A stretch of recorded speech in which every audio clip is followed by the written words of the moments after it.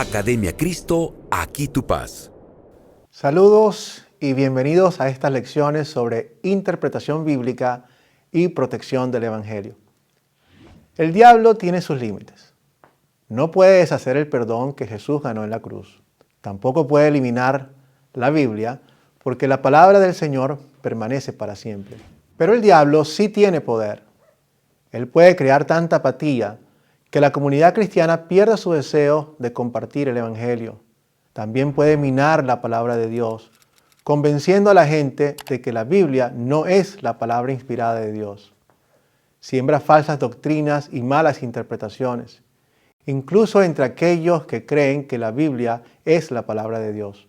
Su trabajo es tan sutil que en muchas iglesias el Evangelio ha sido obscurecido y se ha rechazado fácilmente.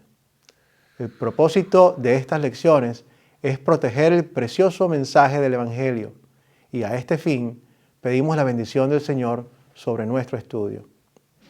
Cuando hablamos del Evangelio, podemos dividirlo en dos partes, la parte A y la parte B. La parte A contiene los hechos. La palabra Evangelio significa literalmente buenas noticias. Son las buenas nuevas sobre todo lo que Jesús hizo para salvarnos. Bajó del cielo, se hizo hombre, nació de la Virgen María y vivió una vida perfecta para sustituir nuestra vida pecaminosa. Murió para pagar nuestros pecados y resucitó al tercer día. A través de él recibimos el perdón. La parte B dice que Dios el Padre no nos cobra por este perdón, tampoco nos hace ganarlo. En cambio, nos da este perdón plena y gratuitamente por gracia. Es un favor inmerecido que recibimos a través del don de la fe. Los siguientes pasajes dan un buen resumen. Ciertamente, la gracia de Dios los ha salvado por medio de la fe. Esta no nació de ustedes, sino que es un don de Dios, ni es resultado de las obras para que nadie se vanaglorie. Porque la paga del pecado es muerte, pero la dádiva de Dios es vida eterna en Cristo Jesús nuestro Señor. Por lo tanto, llegamos a la conclusión de que el hombre es justificado o perdonado por la fe sin las obras de la ley. El diablo quiere corromper el precioso Evangelio. ¿Cómo? El Evangelio deja de ser Evangelio cuando se le dice al hombre que debe salvarse a sí mismo, o incluso simplemente contribuir a su salvación a través de sus propios méritos, buenas acciones o decisiones.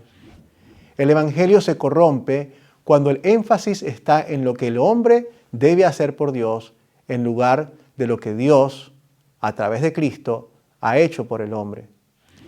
El Evangelio se debilita o se obscurece cuando una iglesia exige acciones que la Biblia no exige o cuando promete lo que la Biblia no promete. Finalmente, el Evangelio se corrompe cuando se enseña falsamente la palabra de Dios porque toda la palabra de Dios está conectada al Evangelio. Perder el puro Evangelio es un asunto serio. ¿Ha leído la carta a los Gálatas?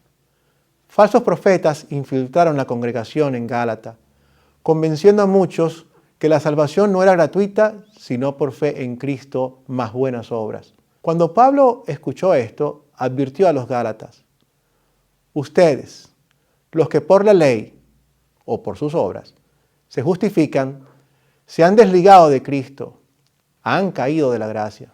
Cuando uno quiere salvarse por obras, el mensaje del Evangelio se pierde. También la salvación se pierde. Interpretar la Biblia correctamente es importante. La Biblia es un libro grande. Uno puede hacer que diga lo que quiera si está dispuesto a hacer cualquiera de las siguientes tres cosas. Número 1, sacar las cosas fuera de contexto. Uno podría decir: no creo en Dios porque la misma Biblia dice en el Salmo 14, versículo 1, no hay Dios. Pero el versículo entero dice: el necio dice en su corazón, no hay Dios. Sacar algo de contexto puede cambiar por completo su significado. Número 2, interpretar simbólicamente o figurativamente lo que obviamente por el contexto es literal o viceversa. Por ejemplo, Algunos interpretan los 6 días de la creación de una manera simbólica. Cada día no necesita representar largos periodos de tiempo para que la historia de la creación se ajuste a la teoría de la evolución. Cuando Moisés fue inspirado para escribir el relato de la creación, 1400 años antes de que naciera Jesucristo, se sabía que un día consistía en la mañana y la tarde. Era un día solar de 24 horas. Por lo tanto, podemos considerar cada día de la creación como un periodo de 24 horas. No hay razón para interpretar cuánto duraron los días de otra manera.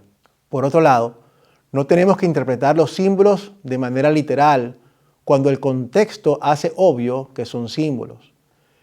El libro de Apocalipsis, por ejemplo, habla del dragón.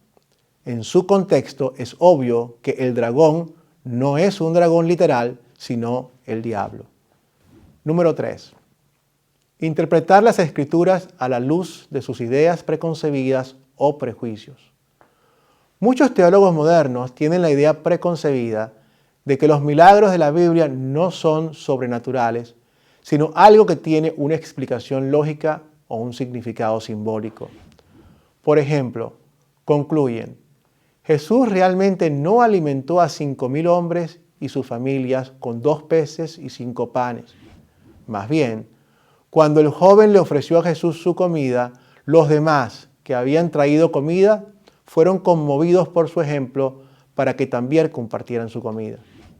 De esta manera, todos fueron alimentados, al menos un poco. Sin embargo, no pueden reconciliar cómo después todos comieron, no un poquito, sino bien, todavía quedaban 12 canastas de comida. Pero la idea preconcebida más peligrosa es que el hombre tiene que ganar o por lo menos contribuir con su propia salvación. Después de todo, la salvación totalmente gratuita parece ser algo demasiado bueno para ser cierto. Las Escrituras deben interpretarse de la siguiente manera. 1. En su contexto. 2. En su sentido simple y común, a menos que existan razones convincentes para lo contrario. 3. No a la luz de sus ideas preconcebidas o prejuicios. 4. La Escritura se interpreta a sí misma, es decir, los pasajes claros de las Escrituras arrojan luz sobre los pasajes que son más difíciles de entender. Concluyamos con la siguiente ilustración. ¿Cuál es el número en la pantalla? ¿Es un 1 o es un 7? Usted podría decir que es un 1 y yo podría decir que es un 7. Sin más contexto, ambos tenemos derecho a nuestra opinión. Supongamos, sin embargo, que es importante establecer si es un 1 o es un 7. ¿Qué podríamos hacer? Piénselo. La respuesta es buscar más contexto. Compare el número en la pantalla con otros números escritos por la misma persona en el mismo periodo de tiempo. Si encontramos un documento en el que él escribió 1, 2, 3, 4, 5, 6, 7, 8, 9, 10 y el número 7 se escribió con la línea horizontal en la perpendicular, el contexto me diría que el número en la pantalla es definitivamente un 1 y no un 7. Ahora, se convierte en una cuestión de sinceridad. Antes de la información adicional, uno habría tenido todo el derecho de creer que el número en la pantalla era un 7 y no un 1.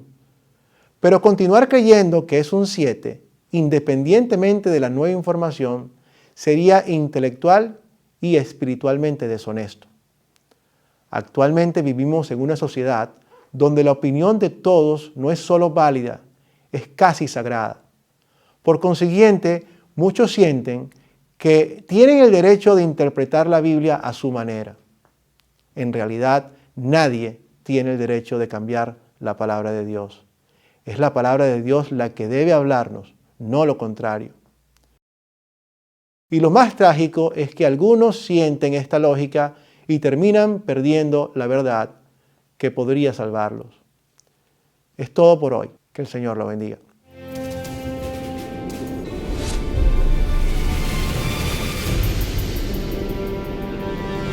Academia Cristo, aquí tu paz.